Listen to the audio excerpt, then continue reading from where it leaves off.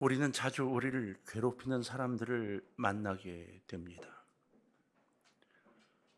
우리를 비난하고 손해를 끼치고 상처를 주고 마음을 상하게 하고 가슴에 못과 쓴뿌리를 박히게 하고 증오를 일으키게 해서 우리 자신들을 파괴시키려 하는 적들을 가끔씩 만나곤 한다 하는 이야기입니다.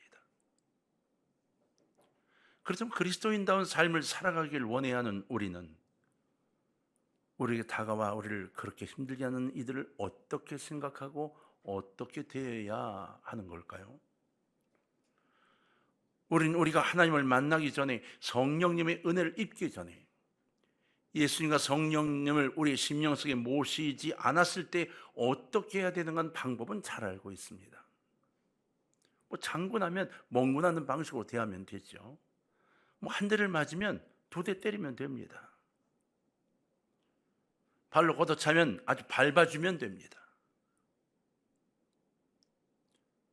그래서 그 사람이 나에게 무릎을 꿇고 항복하도록 만들어야 합니다. 내가 운전하는 차를 앞질러 가요? 그냥 놔두면 안 됩니다. 더 빨리 달려 앞질러서 아주 약호를 죽여야 합니다. 그렇게 나를 업신여기지 못하기 때문이죠. 이것이 일반적인 사람의 삶인 거고, 그렇게 가르치고 그렇게 지도하는 부모들도 있습니다. 우리도 옛날에 다 그렇게 살지 않았나요? 혹시 지금도 그래야 만족하는 사람도 있습니까? 그러나 지금은 우리가 하나님의 은혜를 입은 성도가 되었습니다. 예수님의 은혜로 구원을 받게 되었습니다. 누구든지 그리스도 안에 있는 사람은 새로운 피조물입니다. 모든 것이 새로워집니다. 이제부터 하나님을 아는 사람, 예수를 믿고 구원 얻은 사람들, 영원한 하나님의 백성들이 된 사람들에게는 삶의 변화가 나타나기 시작을 하게 되는데, 그 삶의 변화와 과거의 삶들이 부딪히면서 우리가 느끼는 갈등들을 우리는 느끼기 시작을 하고 있을 겁니다. 과거에 살던 삶이 아니라 이제는 삶의 새로운 방향을 설정해야 한다고 성경은 이야기하죠. 오늘 본문은 우리에게 원수를 어떻게 대해야 하는가를 가르쳐주고 있습니다. 먼저 우리는 그리스도인의 인간관계를 살펴봐야 된다고 가르쳐요. 네가 그리스도인이 되었니? 인간관계를 살펴보아라. 우리 그리스도인은 어느 사람과 문제가 생기기 전에 먼저 생각해야 할 것이 하나 있어요. 생각해내야 하는 겁니다. 바로 하나님의 뜻입니다. 하나님께서 어떤 계획과 무슨 뜻이 있으셔서 이 사람 또는 그 사람과 만나게 하셨을까 하는 질문입니다.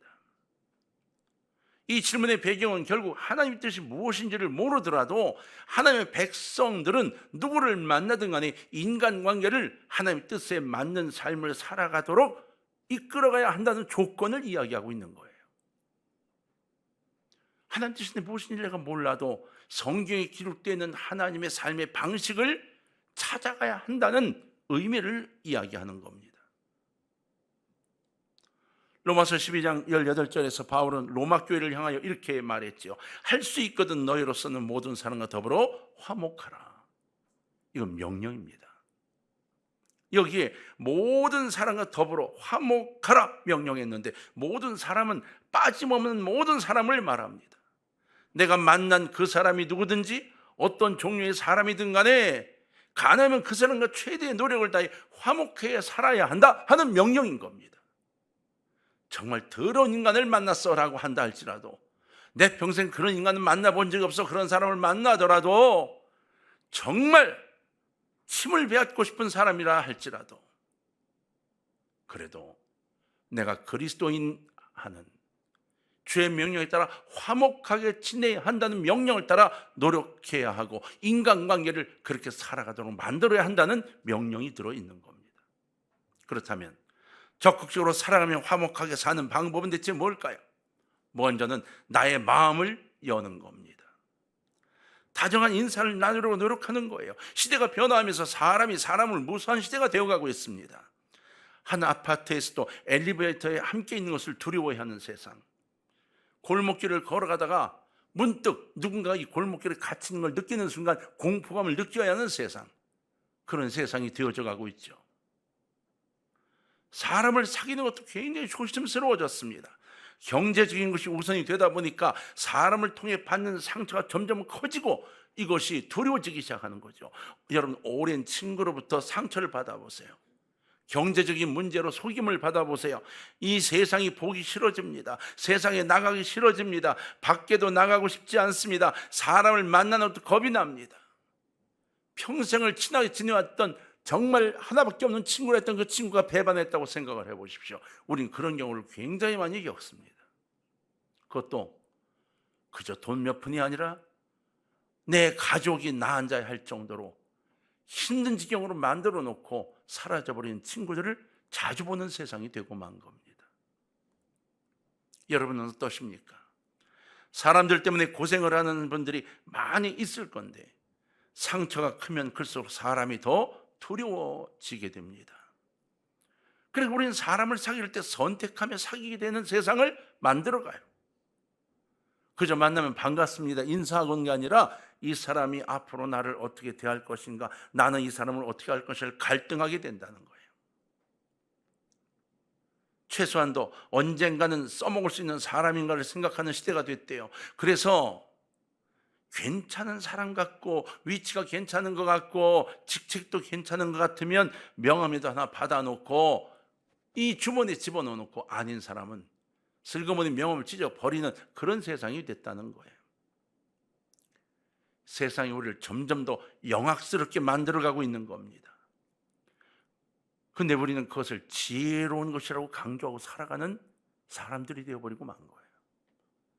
놀라운 것은 누군가 내게 그런 아픔을 주면 야, 그런 인간이 있어, 그렇게 영악스러운 인간이 있어라고 말하면서 내가 그렇게 사는 것은 지혜로운 거라고 말하고 싶어 한다는 겁니다. 그럼에도 불구하고 성경은 할 수 있거든 너희로서는 모든 사람과 더불어 화목하라고 명령하고 있습니다.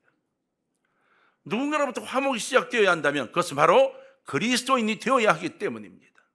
바로 내가 화목케 하는 사람이 되어야 하기 때문인 겁니다. 실제로는 내 가슴에 사랑이 없을 때, 내 가슴에 인간에 대한 존중이 없을 때, 다른 사람을 적극적으로 사랑하며 살지 않을 때 더 큰 문제가 발생한다는 것을 알고 계십니까? 사람을 의심하거나 고르거나 무관심하게 사는 사람들이 늘어나면서 사회는 더 큰 문제들이 발생하게 됩니다. 그러므로 예수를 믿고 사는 그리스도인들은 적극적으로 인간관계를 개발해 나가야 합니다.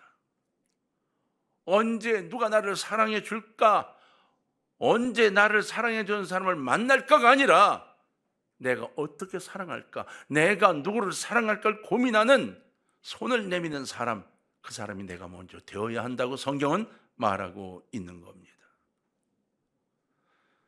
사실 우리가 당하게 되는 육체의 고통은 시간의 한계가 있죠. 그죠?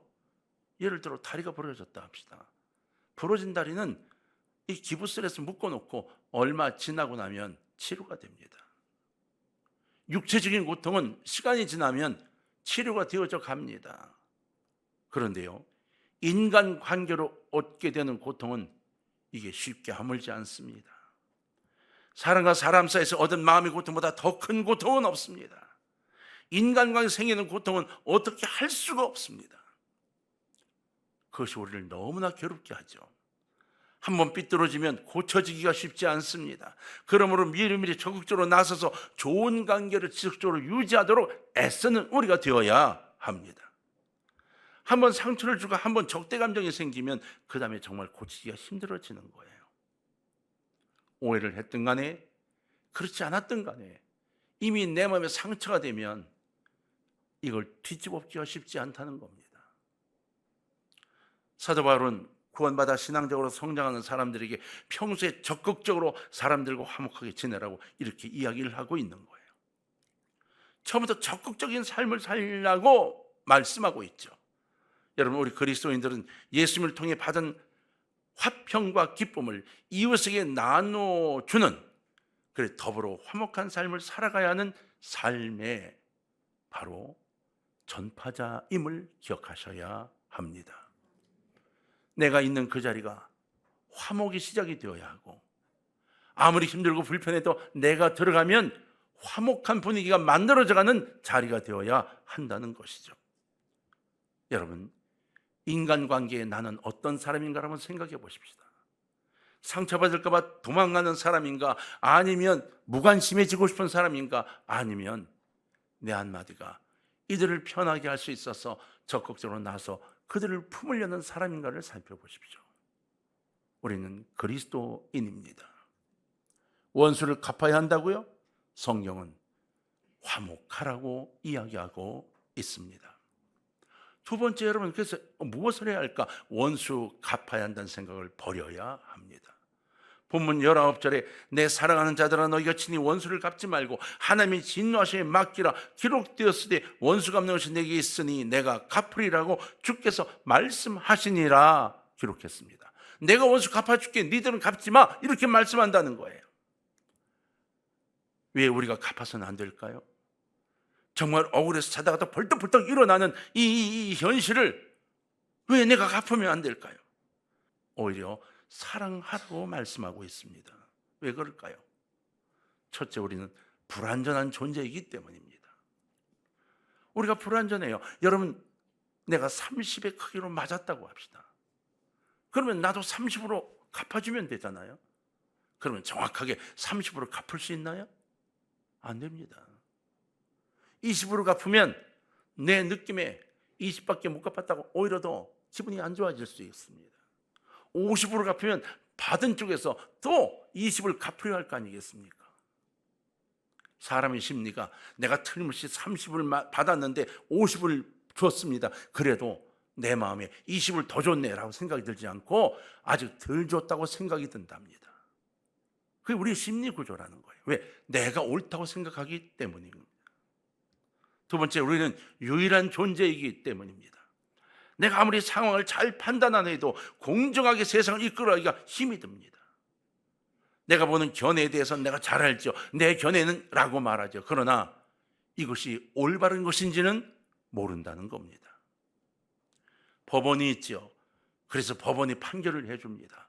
근데 여러분, 법원의 판결에 대해서 맞아요, 잘 됐어요 라고 긍정하는 패배자를 본 적 있습니까? 법원의 패배를 받아놓고 법원의 판결을 참 잘해서 내가 패배했어요 라고 말하는 사람 본 적 있나요? 내가 승리하도록 만들어주지 않으면 다 불평, 불만을 말하게 되어 있습니다. 법원의 판결이요? 세 번째, 나 혼자서는 객관적으로 세상을 볼 수 있는 눈을 갖고 있지 않다는 겁니다. 다 주관적이기 때문입니다. 나는 벌써 상처를 받았기 때문에 분노가 가슴에 꽉 밀려 올라와 있습니다. 판단할 수 있는 능력이 상실되어 버렸습니다. 벌을 주어도 정확하게 줄 수가 없습니다. 그렇기 때문에 직접적인 복수는 하지 말라고 명령하신 겁니다. 복수할 것이 있으십니까? 그렇다면 여러분의 손에 칼을 들지 마세요. 여러분의 마음에 나를 세우기 전에 하나님께 먼저 말씀하시기를 바랍니다. 내가 복수할 사람에 대한 미움과 시기, 질투로 마음의 고생을 하지 말고 여러분의 염려와 근심, 두려움까지 하나님께 고백하시기를 주의 이름으로 부탁합니다. 주님이 갚아 주옵소서. 왜냐하면 내가 생각하는 바가 분명히 내가 옳다고 생각했지만 아니, 하나님 보시기에 아니다, 네가 잘못했다 하실 수 있습니다. 제발 나는 옳아요라는 생각에서 벗어나기를 바랍니다. 모든 것을 아시고 모든 것을 보시는 그분이 이 땅에서 갚아 주실 수도 있고, 만약에 그렇지 않으면 살아서가 아니라면 최후 심판의 날 그 사람을 심판대에 불러놓고 철저히 심판하실 겁니다. 정의의 하나님은 살아 계십니다.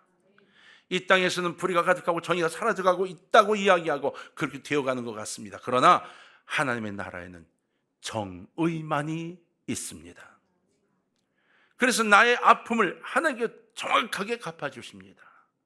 언제 갚아주실 것인지 이것을 하나님께 맡기시고 여러분은 근심과 걱정을 뚝 떼어 주님께 맡기시고 평안한 마음으로 돌아서기를 주의 이름으로 부탁합니다. 보복하지 마십시오. 악으로 갚아서는 절대로 악을 이길 수 없습니다. 악은 절대로 악으로 해결될 수가 없습니다. 악을 사랑으로 대할 때 그때야 비로소 감동이 있게 되고 그리고 승리하게 되는 거죠. 악을 악으로 대할 때는 더 큰 악이 폭발합니다. 여러분 처음 결혼할 때 얼마나 순수하고 밝고 아름답습니까? 결혼식장 보면 대부분이 다 밝고 아름답고 기쁘고 좋잖아요. 근데 이게 1년, 2년 가면서 점점 뭔가 모르는 분위기가 집안에 쌓이기 시작합니다. 그리고 나이가 한참 들면 부부가 같이 있는 걸 굉장히 꺼려하고 싫어하기 시작합니다. 아주 결혼할 초기에는 막 서로 떨어질까봐, 손끝도 떨어질까봐 벌벌 떠는데 나이가 들면 손끝이 닳을까봐 벌벌 떠옵니다 이제. 왜요? 무엇 때문에요? 살아가면서 욕심이 부딪힙니다. 내가 원하는 대로 해주지 않는 아내가, 내가 원하는 대로 해주지 않는 남편이 점점 미워지기 시작해 거기에 쌓이는 겁니다. 결혼할 때는 존중해 주겠다고 말했지만 살아가면서 방식이 내 방식이 아니라고 미워지기 시작하는 거죠. 내가 원하는 대로 해주지 않는다고 미워지기 시작하는 겁니다. 바로 내 마음의 욕심 때문인 거죠. 우리가 가끔 에덴 동산의 아담과 하와를 원망하죠. 그럴 필요 없습니다. 왜? 우리가 지금 아담과 하와처럼 살아갑니다.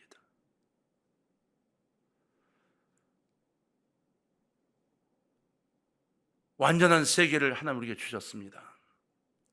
완전한 세계에서 파탄을 일으켜서 우리가 모든 죄 속에 고생하고 있는 이 아담과 하와를 원망하는데 실은 우리에게도 자세히 살펴보면 아담과 하와가 갖고 있던 그 모든 것들을 주신 것을 발견하게 됩니다.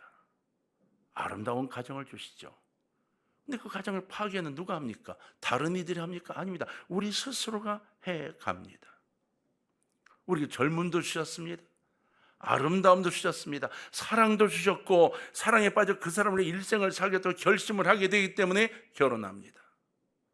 그러나 살아가면서 자신들의 욕심으로 인해 두 사람이 서로 나쁜 사람들이 됩니다.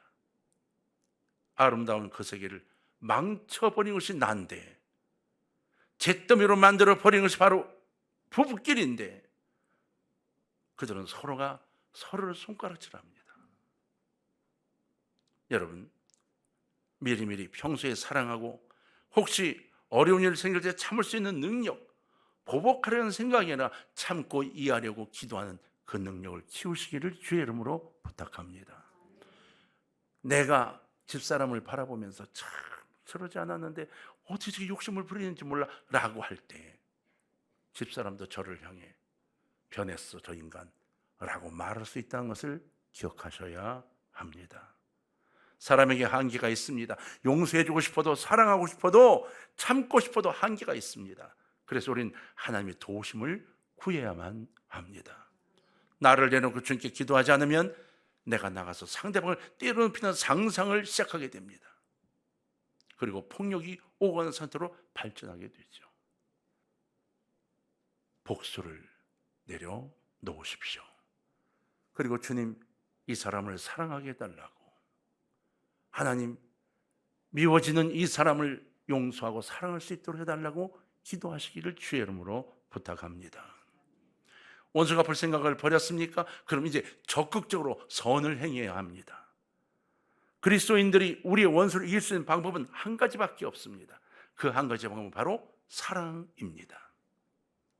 선입니다. 사랑은 감동을 줍니다. 미움은 미움을 일으킬 뿐이지만 사랑은 기쁨과 감동을 주죠. 자, 옆에 사람 한번 사랑을 고백해 봅시다. 사랑합니다. 한번 하고 시작합시다. 네, 부부끼리 있으면 더 절실하게 한번 해봅시다. 사랑합니다. 아침에 싸우고 와서 잘 안 되죠? 다시 한번 옆에 사람하고 다시 한번 사랑합니다. 사랑은 감동을 줍니다. 미움은 미움을 일으킬 뿐입니다. 복수는 마음을 파괴하지만 사랑은 마음을 사로잡습니다. 원수에게 친절을 베푸는 것은 머리 위에 숯불을 쌓는 것 같다고 했습니다. 이 무슨 얘기냐면 큰 데에 숯불을 활활 피웠습니다. 그리고 원수의 머리 위에 이걸 올려놓는 겁니다. 그럼 머리가 어떻게 될까요? 타버립니다. 그래서 그냥 싹 타 죽어버려 이런 이야기입니다. 나쁜 표현인가요? 아닙니다. 실제로 하나님은 원수는 죽어야 한다. 죽어서 죄가 되어야 된다. 이렇게 말씀하고 있는 거예요. 여러분 20절 21절을 보면 내 원수가 줄이거든 먹이고 목마르든 마시게 하라. 그리함으로 네가 숯불을 그 머리에 쌓아 놓으리라. 이렇게 말씀하셨어요. 21절에 악에게 지지 말고 선으로 악을 이기라. 무슨 의미인가요? 여러분 21절에 두 개의 동사가 나타나죠. 첫 번째는 지지 말라는 것과 두 번째는 이기라는 겁니다. 진다와 이긴다는 전쟁을 의미하는 거예요. 어느 사람이 나를 괴롭힌다면 괴롭힌 그 순간의 행동이 바로 선전포고가 되는 겁니다. 그 사람이 나에게 해를 끼쳤기 때문에 내 마음속에 분노가 일어나는 겁니다. 속이 상하고 상처가 생깁니다. 열이 납니다. 그러면 나는 어떻게 해야 될까요? 내 마음속에 열이 나기 시작하고 소화도 안 되죠. 잠도 오지 않습니다. 내가 죽어가기 시작하고 있는 겁니다. 여러분 좋은 집에 있어도 잠이 오지 않습니다. 벌떡벌떡 일어납니다. 하늘만 쳐다보면 그 사람이 그 일이 기억납니다.